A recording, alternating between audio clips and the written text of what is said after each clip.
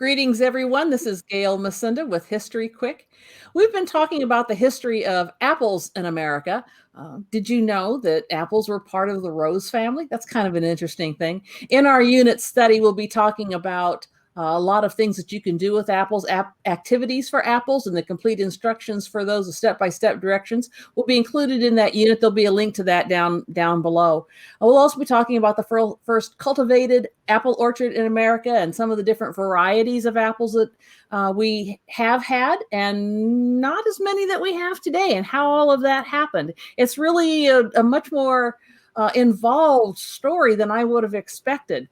But now that we have this bounty of apples, we need to know what to do with them. And for that end, we have invited Paul Stroup to be with us again today. He is Reverend Paul Stroup, who is the pastor of the Clinton Presbyterian Church in Illinois. He is also Chef Paul Stroup. And we are delighted to have you with us again today and show us what else we can do with apples. Yeah, it's great to be with you, Gail. And so today I thought we would talk about baked apples, and what a wonderful way to make the house smell just so inviting and be able to enjoy a wonderful baked apple. There's different methods you can use. We can bake it in the oven. You can microwave the apple, or you can roast it, if you will, on the grill, but still using the same ingredients that we'll use today. So to start with, we'll need some water, and in that water we'll have half of a lemon squeezed into about 4 cups of water. You could, if you have a shallower bowl, that's good, where you can get the apples in there while you're fixing other apples. You don't want them turning brown, so that's a good way to prevent the apple from discoloring. There's a wide variety of apples that you can use for baked apple, whichever one you prefer. Some people prefer more of a tart tasting apple, nice and crisp. That would be the Granny Smith. It's recognized by its green color, and a lot of times you might think, oh, that's not ripe, but it actually is ripe, and it has a more tart flavor since we're adding sugar to it. That's a nice touch.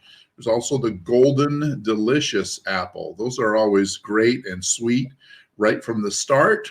Maybe not quite as firm and crispy as the Granny Smith, but great flavor nonetheless. And of course, the classic Red Delicious apple can also be used in this recipe. So we'll use all 3, and we'll give 3 different flavor profiles. The first thing you're going to need, of course, is a cutting board, your apples, and some device to core the apple with.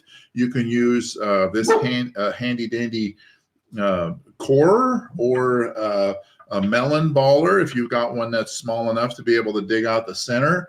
Or some people can even use a straight-edged peeler and be able to core the apple that way. We'll go ahead and use the apple corer here. You'll start at the bottom with the eye of the apple, and we'll push that through all the way through, and we'll come out the top there. Nice. And we'll do that 3 different times, and we'll get our apples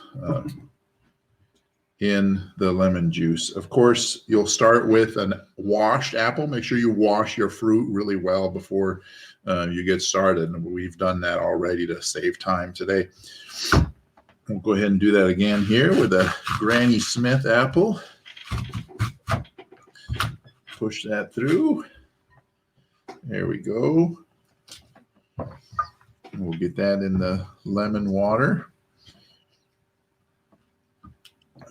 This does get stuck sometimes, so you have to help it out. There we go. Okay. And the Red Delicious. We'll go ahead and get that going there. There we go. Wonderful. Now we have these apples. They're ready to go. They've been cored. We'll get them in the lemon juice here. Now, while that's setting in the lemon juice, we can get a little baking dish if we're doing this in the oven and just put a 1/2 inch of water in the bottom of the pan. Then we'll take our apples and place them in the pan. And you'll want to preheat your oven to 350 degrees. Okay, we've got our apples. And we need some toppings. And so we want to make sure and get either butter or margarine. We'll do about a tablespoon per apple. We're going to use marshmallows in one of the apples today. And we'll also use brown sugar in one of the apples. And these red hots as one of our ingredients in one of the apples. It'll give a kind of a natural cinnamon flavor to the apple. So it's a great way to be able to use that. So we'll take these apples and we'll add a tablespoon of butter or margarine to each one. You can kind of push that down towards the bottom of the apple to make room for the ingredients that are going to be going inside of it. So make sure and get that down inside there. There we go. Get those apples nice and stuffed there. You can push that all the way to the bottom. Wonderful. We've got that. Next, we'll, let's see. For the red apple, I think I'll do the marshmallows. It'll taste like a candied apple after it's done. And we all love that flavor. So we'll take the marshmallows. You can use mini marshmallows, or if you're brave enough, you can maybe stuff a regular size marshmallow in there. Maybe cut it up a little bit and use that if you wish. And we'll make sure that's nice and full. There we go. That's a nice touch there. Let's see. We'll do the red hots in the Golden Delicious today. So we'll just sprinkle those in there. There we go. Okay. And normally you'd probably have one flavor that you would do, because that water in the bottom of the pan has become kind of like a syrup, and then you'll be able to spoon that over your apple. So if you all had different flavors for each one of them, it might kind of mix the flavors in there a little bit. So we'll take our brown sugar and go ahead and put that down into the apple. You want to get it nice and full. Again, about a tablespoon or so is what it's going to take. Tablespoon or a tablespoon and a half. There we go. We've got that. And we, of course, want to use cinnamon as well on the apple with the brown sugar. You could also put it on with the marshmallows. The red hots are going to have kind of a natural, kind of a cinnamon tasting flavor already. And then we'll take this and place it in our 350 degree oven, and we'll bake it for approximately about 45 minutes. And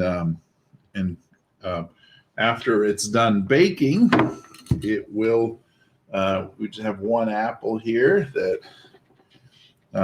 it'll look real soft. And you can see that here. That's done baking. This is one that had brown sugar and butter. Here's one that had red hots. It's been dished up already.